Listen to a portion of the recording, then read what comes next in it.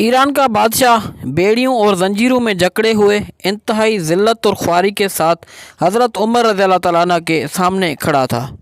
حضرت عمر نے اس سے فرمایا کہ بات چیت کرو۔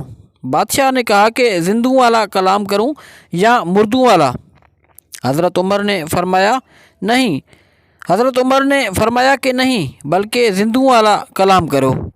بادشاہ کہنے لگا، ہم شان والے تھے اور تم جاہلیت میں پڑے تھے، نہ ہمارے لیے کوئی دین تھا اور نہ تمہارے لیے، ہم عرب کے لوگوں کو کتوں کی طرح دھتکارتے تھے۔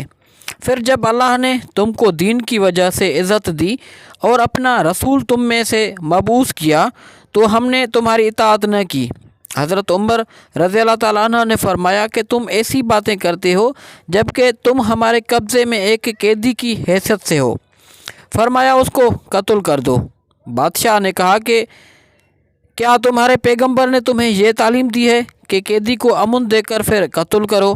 حضرت عمر رضی اللہ تعالیٰ عنہ نے فرمایا کہ میں نے تجھے کب امن دیا ہے؟ بادشاہ نے کہا کہ ابھی تو آپ نے مجھ سے کہا کہ زندوں والا کلام کروں۔ جس کو اپنی جان کا خطرہ ہوتا ہے وہ زندہ نہیں ہوتا۔ حضرت عمر رضی اللہ تعالیٰ عنہ نے افسوس کرتے ہوئے فرمایا، اللہ اس کو مارے، اس نے امان لے لیا اور مجھے اس کی خبر بھی نہیں ہوئی۔